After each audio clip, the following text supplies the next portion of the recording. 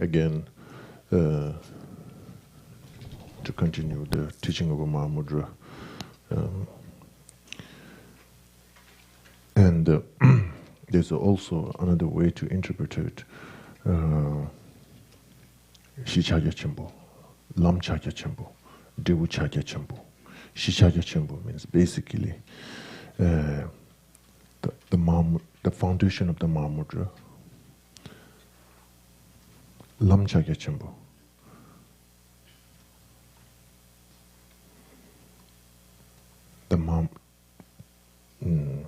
Lam Chagya Chimbo is the path, the great Mahamudra. The Devu Chagya Chimbo, the result, the Mahamudra.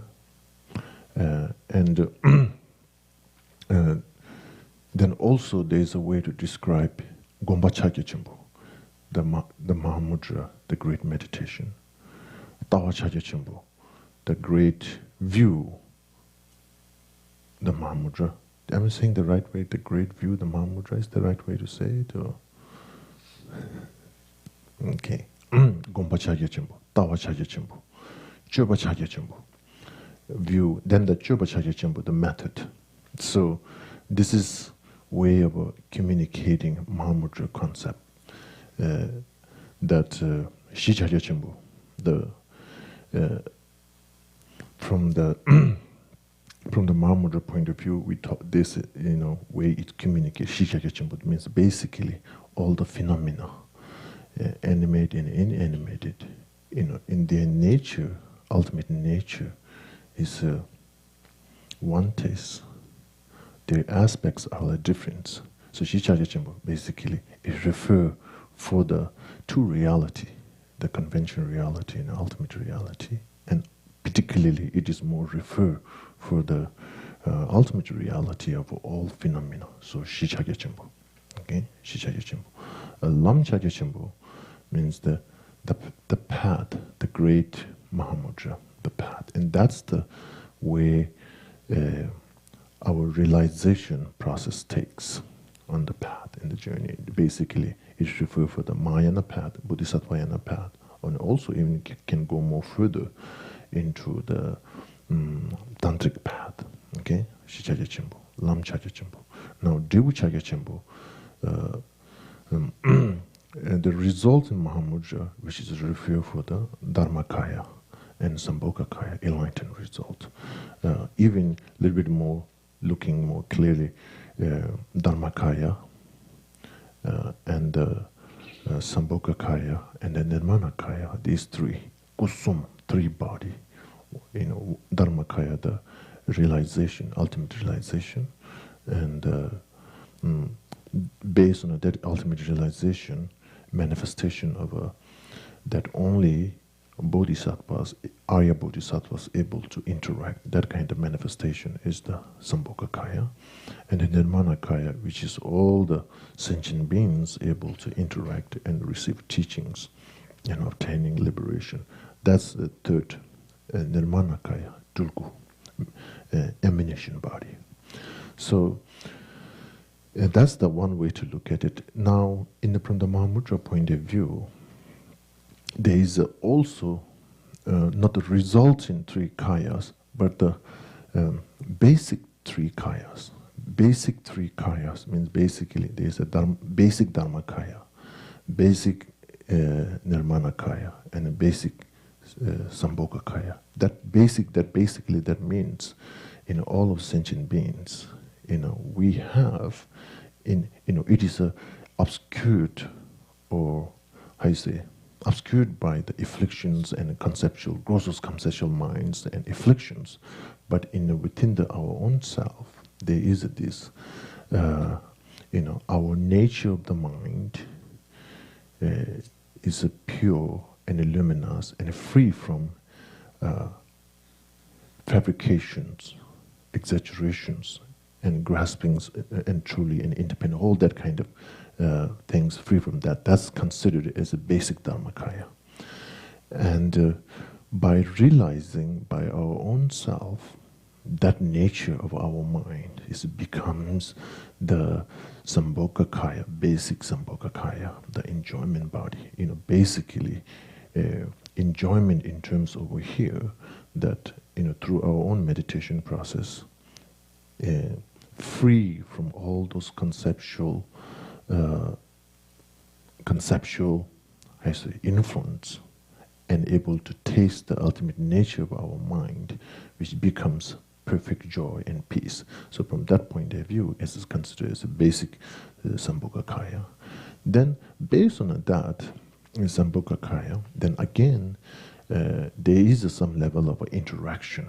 By knowing our own ultimate nature of our mind, we as an ordinary being, there's some level, there's a kind of like different approach for the reality, for the conventional reality, and that's considered as a basic emanation body, Sambhogakaya, as a Nirmanakaya.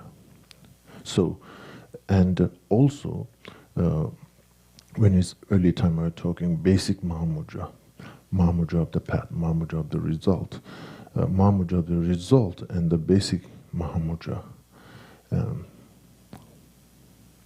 There's also foundation, the path, and the fruit. Foundation is a kind of like a general, the basic. Okay, so here in the training into the Mahamudra, one I think is an important part. It's not just that you go and trying to do, as last night we talked it in a meditation into in the nature of a mind. It's just simply going there. I think it is not able to really get the pure samadhi or concentration. From the Mahamudra point of view, individual person have to acknowledge our basic three kayas, that have to be one of the fundamental motivation to able to discovering the view Mahamudra and the Mahamudra of the meditation or Mahamudra of the method. These things becomes important. So now again, the basic Mahamudra, which is a basic Dharmakaya, basic Sambhogakaya, Nirmanakaya, that's to able to get more clear understanding for our own self. That's now we have to take more meditation into the conventional nature of our mind, which basically, what that means the conventional nature of our mind means, one way to look at it is it is just Simgi Rangshi Tibetan we call Simgi Rangshin Hyosawa, Timanam de Lubuwa. Simgi Rangshin Hyosawa means the nature of the mind is luminous and pure. So luminous is pure, it have many different layers, it can cover ultimate nature of the mind, and so also it can discovering or it can discuss, or it can give a presentation into conventional nature of the mind. And again, as yesterday we talked, when you're trying to do a meditation in the nature of the mind, which is basically merely experience and the luminous nature, and that kind of individual are just being observing, no any kind of aspect of awareness, no I say any kind of activity of awareness is eliminated into the meditation in the nature of a mind. Usually we don't have that skill. We are only able to connect with the mind through the activity of the mind or aspect of the mind, whatever appearing for the mind, we are able to only connect through that, and that makes the more eruption of conceptual activities. So over here, obviously in a Shine meditation, in the Mahamudra, basically giving that pure, luminous, merely experience, that able to observe in that Shine training, object of a Shine, as just keeping as a mere luminous and experience. And of course, the question comes, how we able to get that object, mental object, into our Shine meditation? It's basically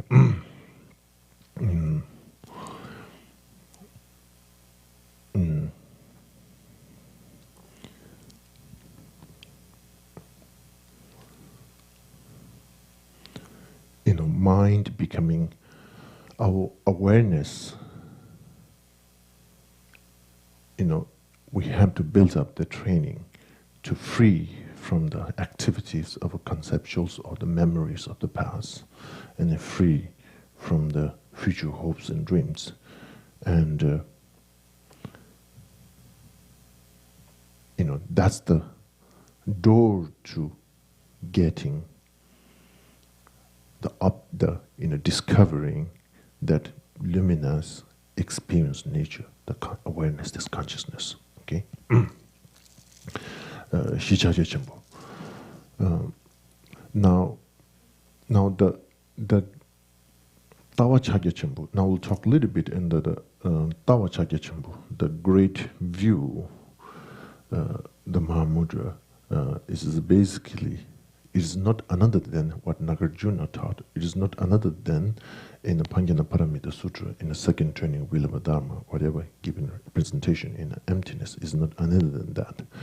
And of course, it is also not another than in Chandrakirti's text, in engaging in the middle way, where he gave a presentation in emptiness or ultimate truth. It's not another than that. Tawa Chaja Chenpo. Now, what comes is the difference comes to the Gompa Chagya Chenpo, the great meditation, the Mahamudra, the great meditation, and the Gompa Chagya Chenpo.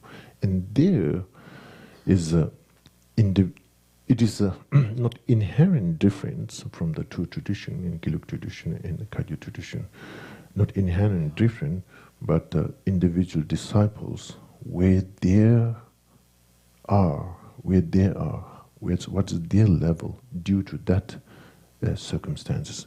There is a different approach where the leading to having the great view, the Mahamudra, able to experience. So, so now over here, if we use, typically we have in a Lamrim Chemo and in a Giluk tradition, there's this kind of tatone gombatsowa, gomtogne tawatsowa.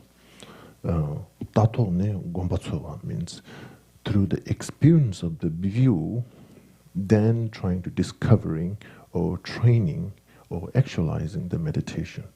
There's one approach.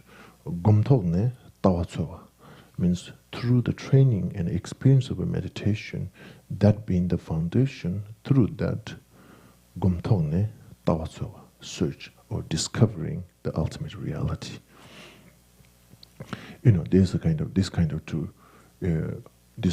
this two approach in the Lamrim tradition, in Lama Tsongkhapa tradition. It is accepting of this two-way of approach, through the view discovering the meditation, through the meditation discovering the view. So, for example, earlier we talked Tawa Chagya Chenpo, the great view, the Mahamudra, the Gompa Chagya Chenpo, the meditation, the great Mahamudra. So,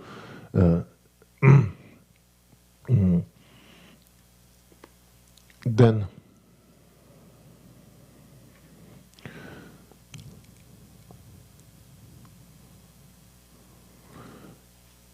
the question comes one more further. What is the Mahamudra, the great meditation? The great meditation, okay? Here, it is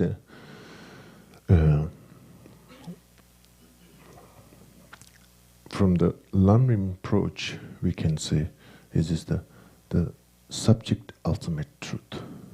The subject ultimate truth is the great Gompa Chagya Chenpo, the great view, the Mahamudra, the great meditation.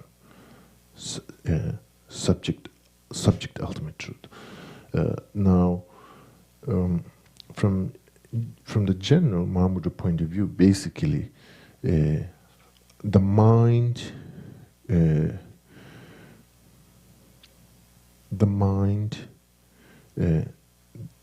which is free of a fabrication, the mind which is still able to engage into the object, able to concentrate in the object, but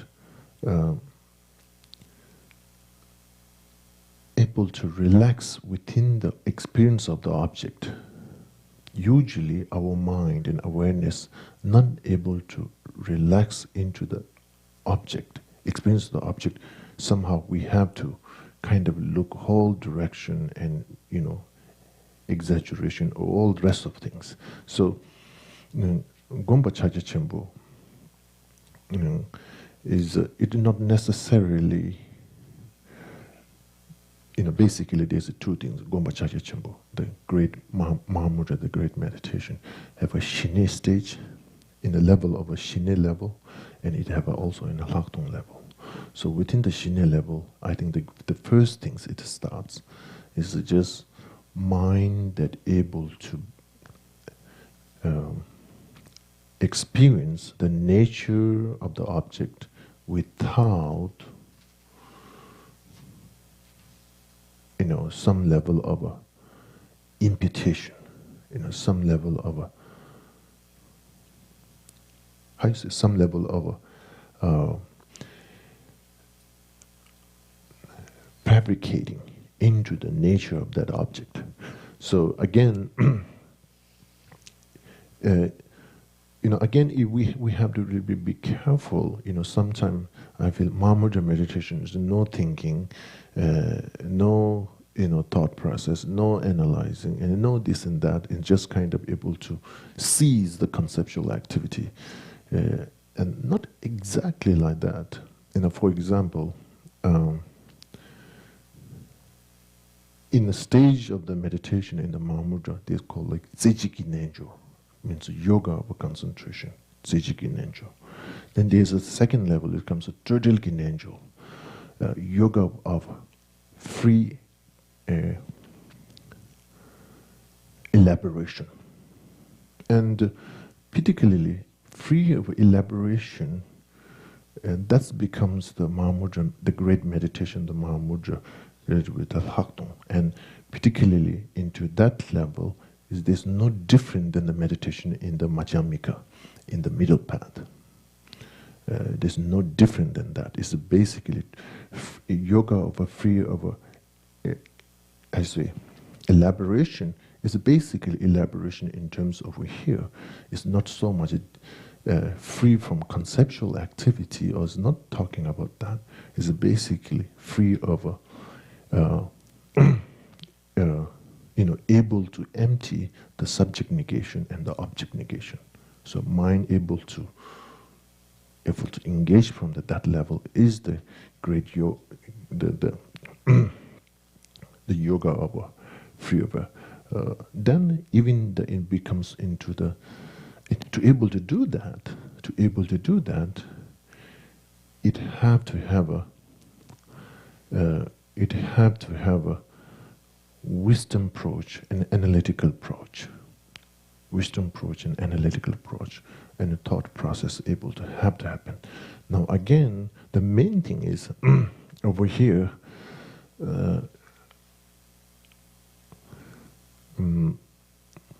Usually, what happens is we, any thoughts and emotions in our life when we experience, we have a tensity. We comes with a kind of great pressure, or some level of, as mentioned yesterday, pull or pushing. Some kind of that kind of tenseness we used to take, and that is due to lack of our balance, and basically due to lacking of a samadhi or concentration. When it's a concentration, it's not exactly like you are, kind of like pinpointing into one object, and not exactly in that kind of things. You are not able to relax with the thought process. So here in the Turtel Chakachembo, the Turtel, the Turtel Kinenjo, the yoga of a free of a fabrication or elaboration. In that case, the meditation practitioners go through the thought process, but they're able to relax,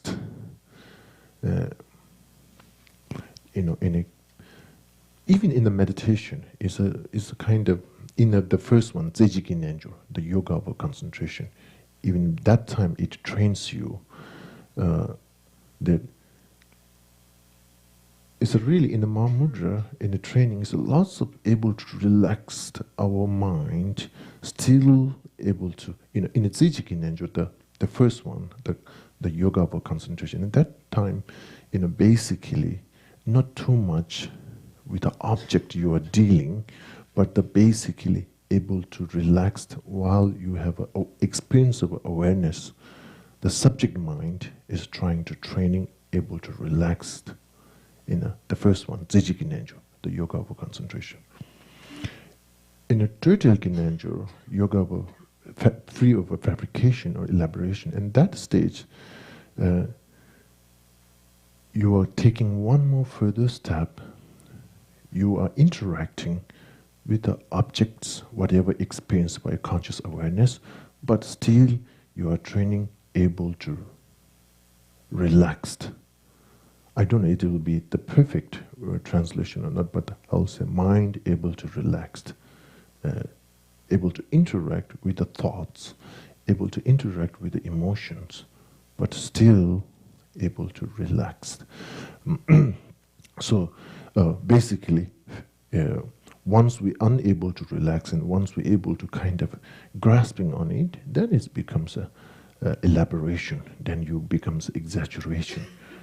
So again, in that meditation, there is an engagement into the thought process. There is an engagement into the object, which is experienced by the awareness in the Drodilkin angel. Then, in the third stage, Rochikin angel, which is Rochik means the one taste, yoga of one taste. Yoga of one taste into that process, basically,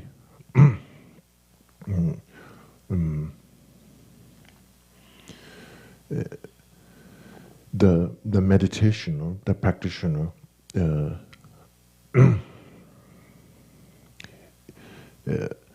in that, then is yesterday we talked a little bit. Meditation into a nature of a mind, individual person, you have to have some kind of like a search or curiosity, why things all exist and the way it exists and how it exists. And, that kind of like a search. And, it is nirvana and samsara is a manifestation of the mind, which is the, short version of the conclusion of all phenomena of the nature of the mind. And again, as we talked yesterday, now in this yoga of one taste, in that meditation, basically practitioner really experiencing or getting the final answer of a way things exist. In that, in a practitioner, in that level, once you reach into yoga of one taste, their practitioners don't have any kind of trouble or condemning with all the negative emotions and karmic imprints and so on and so forth. Basically, not too much temptations or kind of desire into enlightenment or nirvana, somehow able to approach and interact with the reality, with the one taste, one nature. So,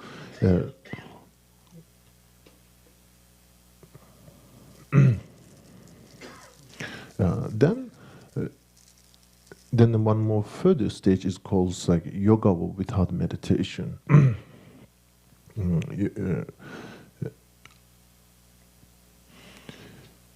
In that period of time, basically, as the last night we talked about seeds and imprints and karmic seeds and all that kind of issue.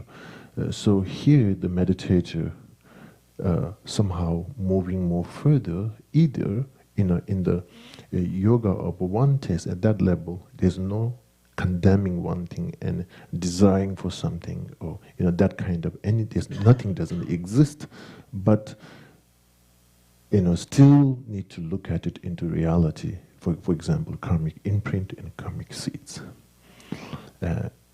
So individual practitioners able to liberate from the karmic seeds and karmic imprints, to able to do that, you have to become free from concept or category of a session and off-session ideas. Session and off-session idea or this kind of practice is a really, through this kind of approach, individual practitioners never able to liberate it from karmic imprints and karmic seeds. Individual practitioners have to have somehow to integrate session also, and the off-session becomes a session, and a session also becomes an off-session, into that kind of a function and activity. Then individual practitioner can really tackle the karmic imprint and karmic seeds. Somehow, again, how able to practitioners able to approach. One thing I think in the West, there's this concept of a dharma in a daily life, which is, I think, kind of like a basic application or transformation of a session into obsession and off-session into a session. That's the hope. Expression of that hope is, I think, dharma in daily life. We get frustrated or kind of, once you are in a control environment, then you feel like, okay, it looks great, but once you hit the reality, where everything's disappear and you kind of seek for refuge and blessing. And, so here I think Dharma in a daily life, which is really kind of basic idea of yoga without meditation, Gomeki Nenjo, basically is a so anyway, the point over here, let's go back into the Tato ne Gomba Tsowa and Gomto ne Tao Tsowa. That becomes one of the very important point. Gomto ne Tao Tsowa means through the meditation, searching the view, and that's basically individual practitioner before you're trying to engage in a wisdom of wisdom realizing emptiness. Before you're engaging into that, basically individual person training into a shine practice, Gomtong ne Tao Tsowa, and having some level of a shine training or training into a concentration, and that as it becomes a foundation to the search for the view, and Gomtong ne Tao Tsowa. Now, Tato ne Gomba Tsowa means through the view, then finding the meditation, and in particularly in the Kagyu, in the Mahamudra tradition, I think they don't encourage that kind of approach. More that you are into the search into the that kind of like a conceptual way of analyzing and search for view, and that taking as a foundation to meditation, it is not going to work, because as a common, what we face is too much conceptual activity. When we encourage for people to do analytical meditation, and we say like it's too much, you're not able to put together. There's this kind of like a frustration, although we hear all the time analytical meditation is important and we have to. So there's this kind of like conflicts. Now, one thing is important to solve that issue, I think, which is it becomes we need to have another thing is, of course, we should have a wisdom of a hearing and a wisdom of a contemplation during those process, trying to understand how things exist, and particularly how the ultimate reality and conventional reality, how they, basically one way of Nagarjuna's way he communicates is Shidambani, Lam Tapsheni, Devukuni. It's a similar communication as like a Mahamudra. Shidambani means in the basic, there's a two truth. On the path, there's a two path, wisdom path and a method path. And the result, there's a two kayas, Dharmakaya and Rupakaya, yeah, the wisdom body and the form body. So here, Shidambani, two truth on the base. If almost these are like a kind of like a way we should meditate. Meditation is not just to have some kind of like a miracle or something that I say experience that nothing have to do with the reality, and that's Nagarjuna never encouraged. Whatever, due to our meditation, a different type of meditation, we can bring a different type of experience. Yes, we can bring that, but it have to be according to the reality. So for that reason, we have to understand the reality in the first place. So I think it theoretically or intellectually, I think that having the bigger picture of understanding of mode of existence important. But now, before individual engage into the meditation or concentration training, that wisdom having foundation, but at the same time, individual need to be trained into training in the renunciation, in some level of a training of a renunciation, have to be the kind of like the bridge between, through the view, searching the meditation.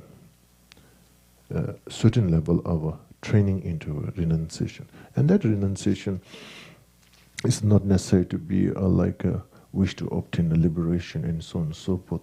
Basically, that practice of renunciation will bring your intellectual wisdom, that understanding of a reality, into a integration with your own experience in a cyclic existence. And that is really the bridge with your intellectual wisdom and your training into the meditation. Okay, so that makes the bridge, and then through that, the training into a concentration becomes even more powerful, even much more powerful. And also within these two, Tato ne Gombatsuwa, from the Lamrim point of view, through the meditation and the search for the view, the view is only considered for the advanced practitioners. And when you say advanced, well, I won't use the word advanced, but basically individual practitioners which have a much more wisdom flavor, wisdom approach, much more stronger. So advantage of that, individual take that kind of journey. Now, individual person which have a, not necessarily, there's much more stronger wisdom approach flavor, but having very strong method approach, having a very strong devotions and the faith, and that kind of like very simple, straightforward quality, karmic result. It's not necessarily, it can be trained within this lifetime. It comes from the previous life's karmic result. It can be also nurtured and furthermore extended within this lifetime. But really it need to count it in your previous life's karmic result. And based on that, Gomtone, Tawatsava, individual person which have a much more faith and devotions. And for them, individual have a much more space to go through approach through the meditation than going to search for the reality. So, so I think what is important for us is, I think we have to, our own self need to be identify what is your approach, which kind of a karmic disposition you are, and noticing that in the first place. And, they're not necessary, it not necessarily be a very, very final, clear-cut understanding, but some kind of your feeling, based on your feeling and long time observing of your behavior in the spiritual path. You can literally get that taste, and then you have to make the decision, you have to make the choice into the how you're going to integrate it, how you're going to take, which kind of approach you're going to take it. And basically, what's the outcome is basically your effort. You will invest your energy more stronger into the cultivating and a training into concentration, rather than spending much more time and investing your energy to search or to discovering the reality. Okay? And that becomes, basically putting your priority into the spiritual journey, need to be organized. And that way, your progress will become much more, quicker, and in one way to say that. Okay.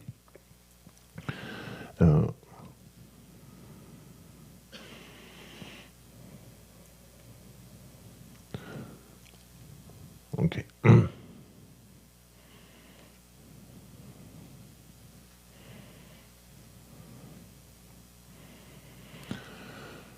But now again, I think this is important. Sometimes meditation in the Mahamudra, meditation in the nature of a mind, as early we talked it in the stages of the yoga and concentration.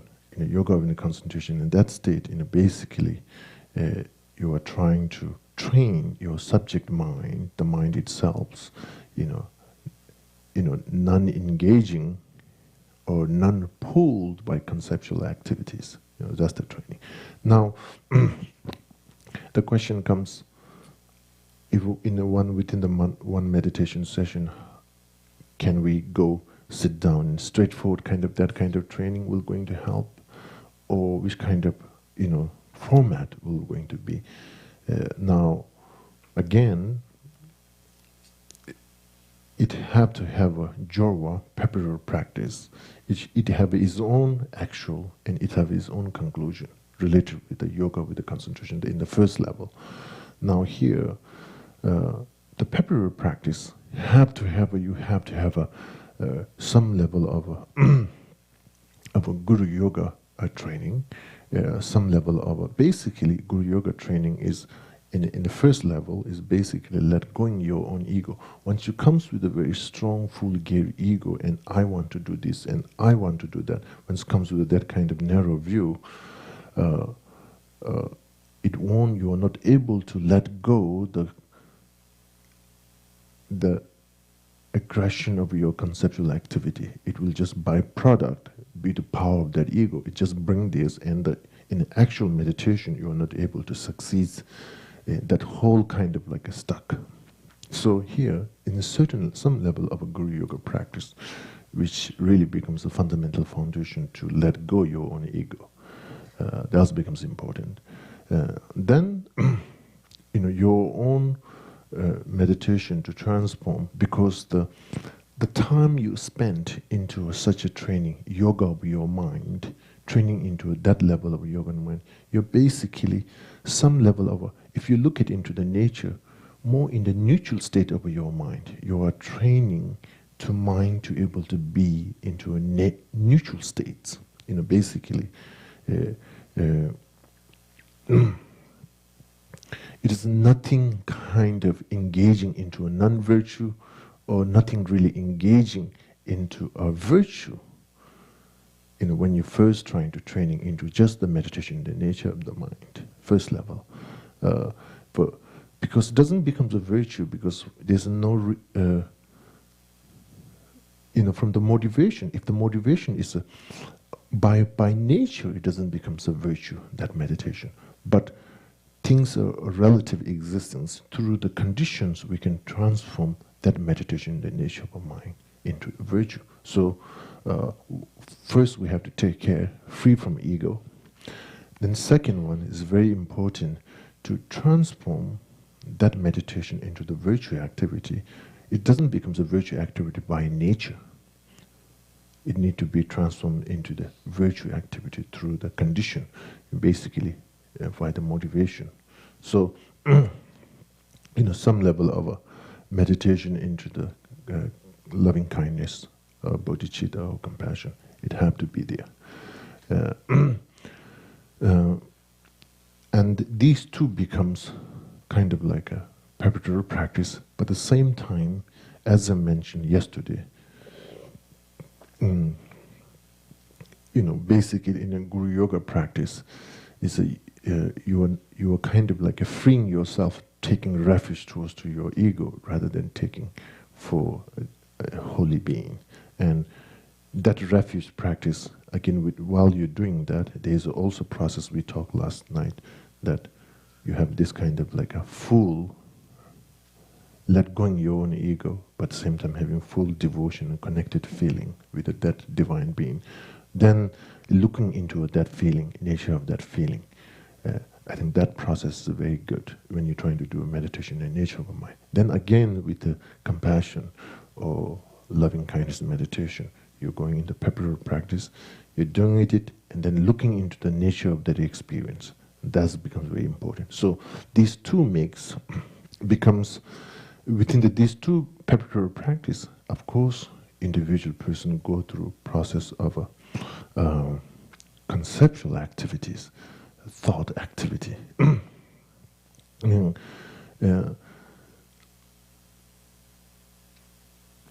Thought activity and conceptual activity, I think there's a thought and conceptual activity really strong connected with your own emotion, and thought and conceptual activity which have a nothing connection with your emotions. I think there's the two things. And the wisdom approach of a meditation have, I think, less hard to connect it with the emotions. Method practice is have a byproduct, is have a more connected connection with integrating with your hearts and emotions, thoughts and emotions. And that's kind of like a interesting thing.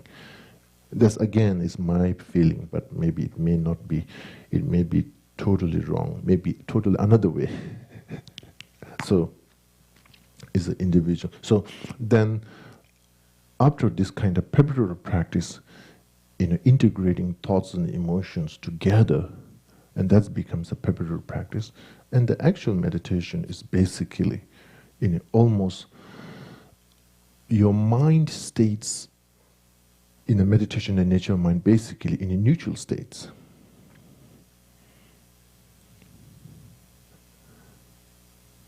It's a very silent.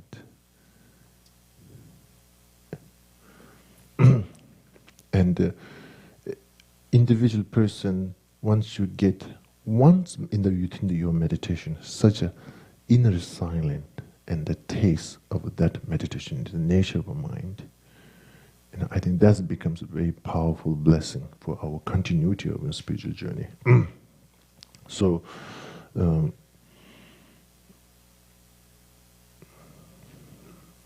now,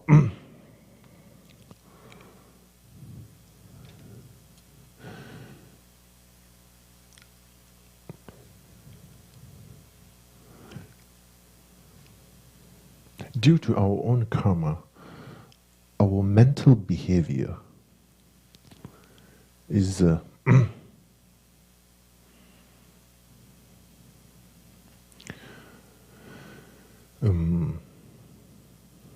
is it? Either you are totally involved and integrated and blissed out, or you have to be totally virgin, being really, basically falling into a too extreme behavior, our behavior. Mahamudra training is really not to fall our emotion behavior and our mental behavior, not to fall into the extreme. And the method is by meditating into the nature of the mind. And that's really the path and the training or the yoga, the mind to able to non-react. Okay, basically non-react. And through that kind of states,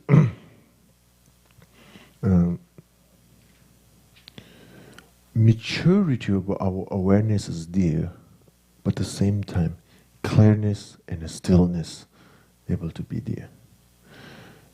And that middle ground, simple Dharma teaching or Dharma reading or Dharma experience is there's power to integrate it into your hearts and emotions very strongly. So that is the benefit, or that is the purpose of a meditation into a nature of a mind. Okay. Then, of course, that doesn't finish the story. Okay, as I mentioned earlier, the yoga of concentration really give them. Then there's a yoga of free of fabrication. Now you might feel, yeah, I'm not fabricating anything. I'm very in the balance. I'm very in the middle. Having that kind of things. And the yoga of a concentration, first, you are just inside the door. You are not able to view all the things. Okay, so anyway, in this case, what further have to do it? Mind is clear, mind is relaxed, mind is balanced. Based on that, all the integration, none wasting your energy of awareness, is everything is there. So why we have to go more further? I think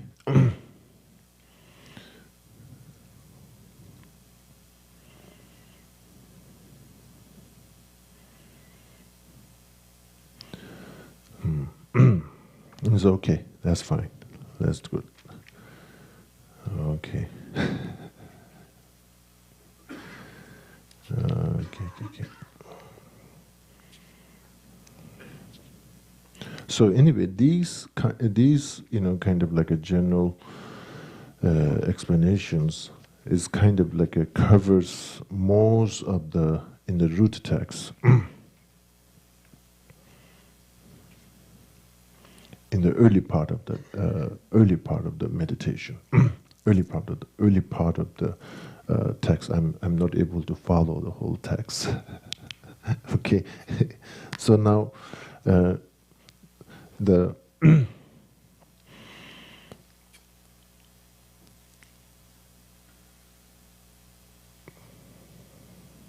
now the question comes: how are we going to do? Like, for example, in a Gelug tradition, in a constantly preparatory practice becomes like the Georgia practice becomes preparatory practice, which have almost early what I told, Guru devotion practice and a loving kindness practice. This is there, and the Guru devotion practice, which is related with the merit field, you do that, and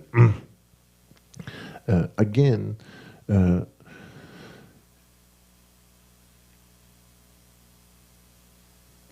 Like, for example, after you finish preparatory practice,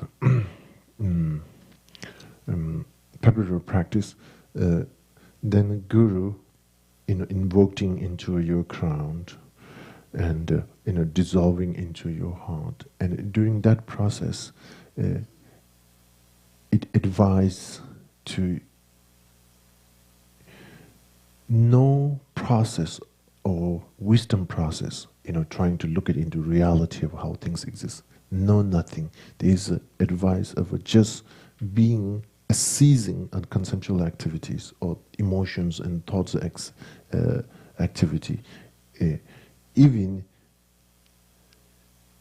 kind of like a spacious awareness or something that there is awareness is there, but no kind of like a specific or engaging into a category of specific thoughts and emotions. Although you have just right moment, you have a guru devotion thoughts, but even let going that, and there's this kind of like a almost meditation into equanimity related with all your spiritual path. Nothing, almost like no conceptual thoughts sees, no conceptual activities, nothingness happenings, and basically almost like like if there's a television, then it's like a mute. You mute your thoughts. You mute your thoughts, and being into that kind of inner silence in a long time, just being into that, this is one of the important part of a way to recognize the object of negation. It would encourage. You went through kind of like a very blissful process, then you suddenly cease nothingness. An individual person meditate. There's no meditating into anything. You are still meditating. There's no subject and object, not nothingness anyway. Sees that. And this is like is not meditating into the nature of the mind. Basically, it is creating the process. It is creating the space to able to realize the nature of the mind. So it is that kind of conceptual thoughts seizing becomes process to realizing the nature of the mind. So anyway, after Guru dissolving, you have such a powerful, very colorful experience. Then you seize that kind of silentness, and of course we can say in the silentness, but of course thoughts comes, a thought erupts, and basically usual advice is just looking into the nature of the thoughts, and somehow our thoughts and emotions, once we face it, it naturally drops its own strength into half, just kind of that. So by this kind of approach, then getting into a total silence, and without any kind of motivation, just let going everything. Then due to karmic imprint or karmic seeds, the innate experience of self. Innate means without kind of like temporarily your experience or situation, what happened, nothing have to do that. Usually what happens once our thoughts and emotions are very active, and sense of I, identity is a very superficial level, and we kind of comes through that. And in that meditation, identity of self is nothing you bring through the relative and superficial level of existence or experience. So basically innate sense of I. And that is the really space of a recognizing of a self. But at the same time, that is the space to way to emptying, discovering the ultimate reality, or that is the space to recognizing the object of a negation or ultimate object of a negation. Even though in that approach, not necessarily titled as a Mahamudra training, but it's have a similar approach. And innate identity of a self, once individual able to get that, then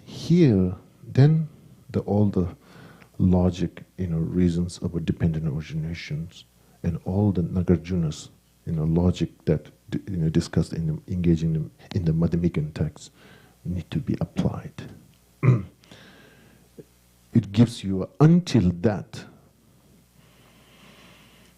any meditation, if you're trying to apply, you are just adding conceptual exaggeration and grasping more further. So, innate I or self, free of a superficial level of identity of a self, and that when it comes there, then I think that in yoga of a free fabrication, which is kind of like a similar state that you go there, free of a fabrication means basically identity of a self is nothing have to do with the superficial level of your existence. This is much more innate level. And there that you apply the logic and reasons.